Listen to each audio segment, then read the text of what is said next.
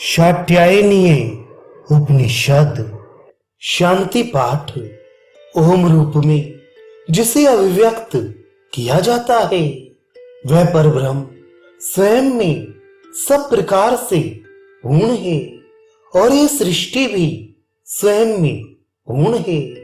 उस पूर्ण तत्व में से इस पूर्ण विश्व की उत्पत्ति हुई है। उस पूर्ण में से ये पूर्ण निकाल लेने पर भी वह शेष भी पूर्ण ही रहता है। आधि दैविक, आधि भौतिक एवं आध्यात्मिक ताप संताप शांत हो। उपनिषद मन ही मनुष्यों के बंधन एवं मोक्ष का कारण है।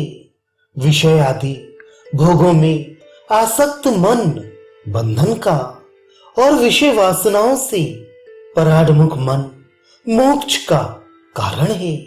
जैसे ही ये मन सांसारिक विषय भोगों में आसक्त रहता है, ऐसा यदि ब्रह्म में आसक्त हो जाए तो फिर ऐसे कौन से सांसारिक बंधन हैं जिनसे मुक्ति ना मिलती हो। अर्थात सभी बंधनों से मुक्ति मिल जाती है। चित्त ही संसार है। हर पुरुष को अभ्यास द्वारा अपने चित्त का शोधन करना चाहिए। जो अपने चित्त को ब्रह्म में लगाता है वह मनुष्य ब्रह्ममय हो जाता है। ये शाश्वत और परम गोपनीय बात है। वेद तत्व को न जानने वाले के लिए तो विराट है ही नहीं, वह उसे मानता ही नहीं। ब्रह्म के ज्ञान से हीन मनुष्य उस परम स्वप्रकाशित धाम को प्राप्त ही नहीं करता। तत्वदर्शी विवेकवान ब्राह्मण ही व्यापक सर्वज्ञ सर्वांतर्यामी उस वासुदेव को अपने स्वरूप में अहम ब्रह्मस्मि समझता हुआ विप्रत और जीवन मुक्ति के तत्व को प्राप्त कर पाता है।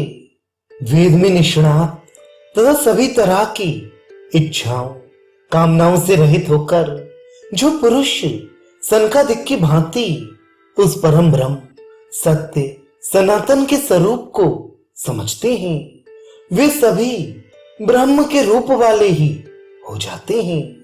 ऐसा पुरुष अपनी इंद्रियों को वश में रखने वाला, सभी विषय भोगों से तृप्त, परागमुख, सहनशील, विदग्ध मुमुक्षुओं की भांति उस परम ब्रह्म को समझ लेता है। वह पुरुष सभी इच्छाओं से विरत, प्रतिदेव एवं गुरु के ऋणों से मुक्त होकर उस पर ब्रह्म को जान करके शांत मौन होकर कहीं आश्रम में निवास करे। इसके बाद अंतिम संन्यास आश्रम में प्रविष्ट होकर के यथाबल त्रिदंड आदि पंच मात्राओं को स्वीकार करता हुआ मोक्ष को प्राप्त करे। जब तक आयु रहे तब तक त्रिदंड, उपवीत, वस्त्र, कौपीन, छींका, पवित्री को धारण करे। यति की ये पांचों मात्राएं ही ओंकार में समाहित हैं। इनका त्याग कभी नहीं करना चाहिए। इन सभी को मृत्यु के उपरांत शरीर के साथ ही भूमि में गाड़ देना चाहिए। विष्णु लिंग व्यक्त और अव्यक्त ऐसे दो प्रकार के चिन्ह सन्यासी के कहे गए हैं। इन दोनों में से किसी एक का भी परित्याग कर देने पर सन्यासी पथभ्रष्ट हो जाता है। इसमें कुछ भी संशय नहीं। त्रिदंड जो वैष्णव लिंग सन्यासी के चिन्ह विशेष के रूप में माना जाता है, जाना जाता है। ये चिन्ह ब्राह्मणों को मुक्ति प्रदान करने वाला है। यह चिन्ह वेद का अनुशासन रूप एवं समस्त धर्मों का निर्वाण स्वरूप है। हे सौम्य सन्यासी के कुटीचक, बहुदक, हंस और परमहंस ये चार भेद होते हैं। ये चारों यज्ञोपवीत, शिखा तथा विष्णु लिंग को धारण करने वाले शुद्ध चित्त स्वयं अपनी आत्मा में ब्रह्म को प्रतिष्ठित करने की भावना करते हुए उपासना करने वाले, जप और यम नियम का पालन करने वाले एवं सुंदर स्वभाव वाले होते हैं। इस संबंध में यह ऋचा है। कुटीचक, बहुधक, हंस और परमहंस, ये चार प्रकार अपनी अपनी पृथक वृत्तियों से भिन्न भिन्न बताई गई हैं। ये सभी व्यक्त एवं अव्यक्त, बाह्य एवं अंतः रूप विष्णु लिंग संन्यास के चिन्ह को धारण करने वाले होते हैं। ये पंच यज्ञ गायत्री मंत्र, योग, तप, स्वाध्याय एवं ज्ञान तथा उपनिषदों के अर्थ का श्रवण करने वाले होते हैं। सभी अपने अपने धर्मानुकूल कर्म करने वाले एवं ब्रह्म विद्या का आश्रय प्राप्त करने वाले हैं। ये सभी संसार रूपी वृक्ष को त्याग कर इसके मूल भाग ब्रह्म का आश्रय प्राप्त करने वाले तथा सभी कर्म कांड आदि को छोड़कर सारभूत तत्व के रस का आनंद प्राप्त करने वाले हैं। ये सन्यासी बाह्य क्रीड़ाओं को छोड़कर विष्णु के साथ ही क्रीड़ा करने वाले, विष्णु रूप आत्मा विष्णु का ही अर्चन एवं ध्यान करके कृतार्थ होते हैं। सभी को मृत्यु पर्यंत प्रातः, मध्याह्न एवं सायंकालीन संध्या, स्नान, तर्पण, मार्जन, उपस्थान तथा पंचयज्ञ अर्थात देव यज्ञ, प्रतियज्ञ, नर यज्ञ या अतिथि यज्ञ, भूत यज्ञ एवं ब्रह्म यज्ञ अवश्य ही करना चाहिए। 10 प्रणव, ओंकार तथा 7 व्याहतियों भू, भुवा, स्वहा, महा, जना, तपः, सत्यम के सहित 4 पाद युक्त एवं सिर युक्त गायत्री का जप एवं यज्ञ त्रिकाल संध्या के साथ करना चाहिए। एकाग्र चित्त होकर भक्ति भाव से योग यज्ञ भगवान विष्णु तथा गुरु की सेवा और मन, वाणी एवं कर्म के द्वारा हिंसा रहित तप रूपी यज्ञ सतत करते रहना चाहिए। समस्त उपनिषदों का अभ्यास स्वाध्याय यज्ञ कहा गया है। ओम इस प्रकार उच्चारण करते हुए ब्रह्म रूपी अग्नि में ही आत्मा की आहुति दी जाती है, अर्थात आत्मा को ब्रह्म में विलीन किया जाता है। वह ओंकार ही सभी श्रेष्ठ यज्ञों से भी उत्तम ज्ञान यज्ञ कहा गया है। इन सभी का ज्ञान ही दंड है, ज्ञान ही शिखा है और ज्ञान ही इनका यज्ञोपवीत है। जिसकी शिखा अर्थात छोटी एवं यज्ञोपवीत ज्ञान में होता है, उसकी समस्त वस्तुएं ब्रह्म रूप ही है, ऐसा वेद का आदेश है। हे प्रिय सौम्य, ये परिव्राजक जिस प्रकार प्रादुर्भूत होते हैं वह बतला दिया गया है।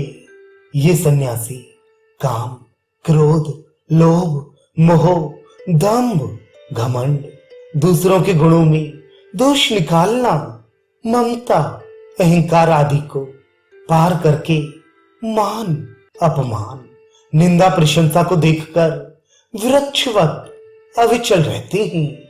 कष्ट पड़ने पर भी कुछ बोलते नहीं। इस प्रकार से विद्वजन इस लोक में ही अमृत जीवन मुक्त हो जाते हैं। इस संदर्भ में यह ऋचा दृष्टव्य है। भाई पुत्र आदि का पालन पोषण करने के पश्चात फिर कभी उनकी ओर नहीं देखे। दुख आदि सहते हुए पूर्व एवं उत्तर दिशाओं में अपने अपने स्वरूप का अनुसंधान करते हुए भ्रमण करे। पात्र एवं दंड धारण करते हुए युग अर्थात दो जीवात्मा परमात्मा मात्र के दर्शन करने वाले विशाल जटा वाले या मुंडन किए हुए मस्तक वाले उपवी थी जिसका कुटुंब है। ऐसे सन्यासी को केवल अपने प्राण यात्रा के लिए मनुष्यों से भिक्षा मांगकर या बिना मांगे ही भिक्षा ग्रहण करते हुए निरंतर विचरण करना चाहिए। मिट्टी, लकड़ी की तुम्बी, श्रीफल, तंतु ग्रथित या पत्तों से निर्मित पात्र जिस तरह का भी मिले ग्रहण कर लेना चाहिए। चटाई, वृक्षों की छाल या सूखी घास से बनी कथरी, कृष्ण मृग चर्म तथा जो पत्ते कीड़ों द्वारा खाए ना गए हों ऐसे शेष पत्तों के द्वारा बनाई गई ओढ़नी उत्तरीय को धारण करना चाहिए। हंस सन्यासी को ऋतु संधि के समय क्षौर कर्म अर्थात मुंडन कराना चाहिए, किंतु कुटीचक सन्यासी शिखा जटा को कभी ना कटाए। जब विश्वरूप विराट पुरुष भगवान नारायण शयन करते हैं तब चौमासा एक ही स्थान पर स्थिर चित्त से निवास करें।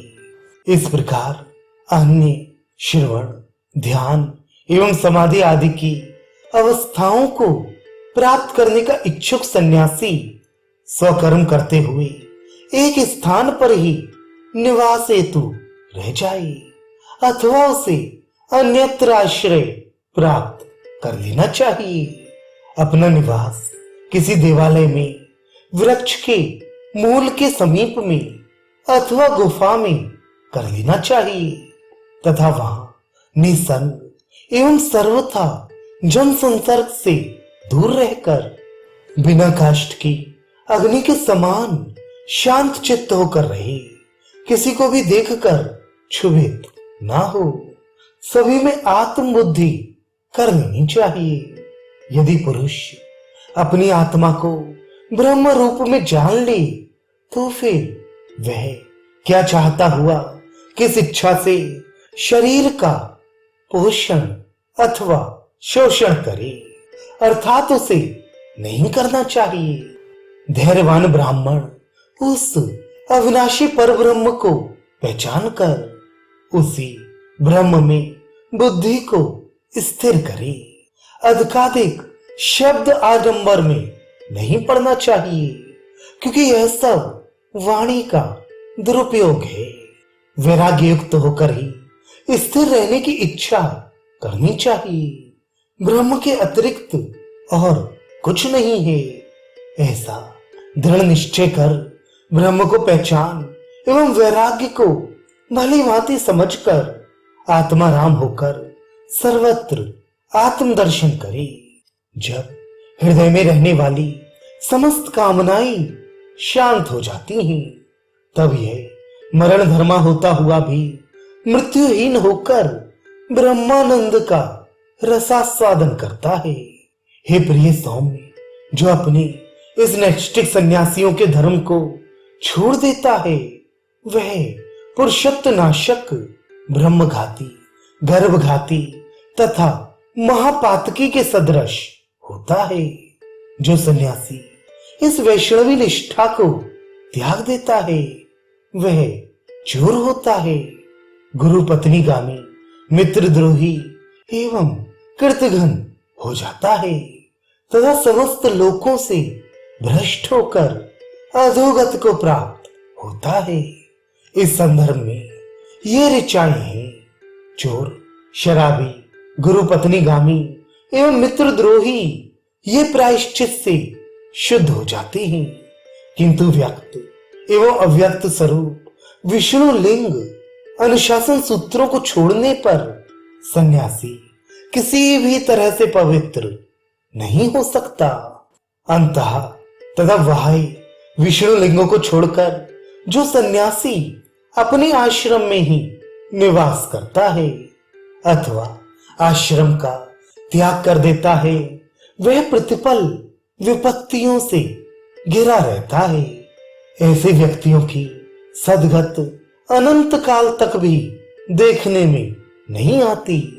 धैर्यवान पुरुष समस्त आश्रमों का परित्याग करके मोक्ष रूपी आश्रम में दीर्घ काल तक निवास करे। यदि मोक्ष आश्रम से भी भ्रष्ट हो जाए तो फिर उसको कहीं पर भी ठौर नहीं है। जो पुरुष संन्यास आश्रम को ग्रहण करके अपने धर्म में स्थिर नहीं रहता, ऐसे पुरुष को आरुणच्युत अर्थात पातकी समझना चाहिए, क्योंकि वह पुरुष संन्यास आश्रम में आकर के भी पातकी हो चुका है। ऐसा वेद का अनुशासन आदेश है। हे प्रिय सौम्य, जो पुरुष इस सनातन आत्मधर्म विष्णु से संबंधित निष्ठा को प्राप्त करके उसको प्रदूषित ना करता हुआ प्रतिष्ठित रहता है, वह जितेंद्रिय होता है। वह विशाल कीर्ति एवं लोक तत्व का ज्ञाता होता है। वह ब्रह्मवेत्ता होता है। वह सर्वज्ञ होता है। वह स्वयं प्रकाश स्वरूप होता हुआ पर ब्रह्म को प्राप्त करता है। वह अपने पितरों, संबंधियों, बंधुओं, मित्रों तथा समस्त प्रेमी संबंधियों को संसार सागर से तार देता है। जो विद्वान इस संन्यास धर्म को ग्रहण करता है, उसके कुल में 100 पीढ़ी पूर्व तथा 300 पीढ़ी बाद तक जन्म लेने वालों का उद्धार हो जाता है। ऐसे श्रेष्ठ कृत्य करने वाले विद्वान सन्यासी कभी कभी ही इस लोक में प्रकट होकर इसे कृतार्थ करते हैं। विद्वान धर्मिष्ठ सन्यासी 30 पर बाद की, 30 अपर पूर्व की एवं 30 पर से भी पर बाद से बाद की पीढ़ियों पूर्वजों को तार देता है। ऐसा श्रुति का वचन है। प्राणी की मृत्यु के समीप होने पर भी जो इस प्रकार कह दे कि मैंने संन्यास ले लिया है, तो ऐसा समझना चाहिए कि उसने पितरों को तार दिया। ऐसी वेद की आज्ञा है। हे प्रिय सौम्य, विद्वान पुरुष को चाहिए कि वह इस सनातक आत्मनिरूपक धर्म को, विष्णु संबंधी निष्ठा को सम्यक रूप से निर्वाह किए बिना उपदिष्ट ना करे। इसके साथ ही जो वेदांत का ज्ञानी ना हो, आत्मबोध युक्त ना हो, वीतराग ना हो, शुद्ध चित्त, विनीत एवं जिज्ञासु ना हो, ऐसे पुरुष को इसका उपदेश नहीं करना चाहिए। इस बात को पोषण प्रदान करने वाली ऋचाएं ये हैं। ब्रह्म विद्या ब्राह्मण के समीप में आई और बोली, हे ब्राह्मण, मेरी रक्षा करो, मैं ही तुम्हारी निधि हूं। मुझे दूसरों के गुणों में दोष देखने वाले कुटिल, धूर्त, मूर्ख पुरुष को उपदिष्ट मत करो। ऐसा करने पर मैं प्रभावशालिनी ना रह सकूंगी। जिसे पवित्र, अभिमान शून्य, सावधान, मेधावी एवं ब्रह्मचारी समझे, ऐसे समीप में आए हुए उस जिज्ञासु की भली भांति परीक्षा करके इस आत्म तत्व बोधिका वैष्णवी विद्या का उपदेश करना चाहिए। शिक्षा प्राप्त करने के पश्चात भी जो पुरुष मन, वाणी तथा कर्म से अपने गुरुजनों का आदर नहीं करते, ऐसे लोगों के अन्न को कल्याण की इच्छा रखने वाले ग्रहण नहीं करते तथा गुरु भी उसके अन्न को स्वीकार नहीं करते। ठीक वैसे ही यति भी उस कृतघ्न के घर का अन्न ग्रहण ना करे। ऐसा श्रुति का कथन है। गुरु ही परम धर्म है, गुरु ही परम गत है। ज्ञान प्रदाता गुरु को जो पुरुष आदरित नहीं करता, अर्थात उसका सम्मान ही नहीं करता, उस पुरुष का पड़ा हुआ उसकी शिक्षा, उसकी तपस्या, उसका ज्ञान धीरे धीरे उसी प्रकार क्षीण होकर समाप्त हो जाता है, जिस प्रकार कच्चे घड़े से जल। जिस पुरुष की देवताओं में परम भक्ति होती है, एवं जैसे देवताओं में वैसे ही गुरु में भी उसकी परम भक्ति होती है, ऐसा पुरुष ब्रह्म ज्ञानी परम पद की प्राप्ति करता है। ऐसा वेद अनुशासन है, वेद की आज्ञा, वेद का आदेश है। इस प्रकार ये उपनिषद विद्या पूर्ण हुई।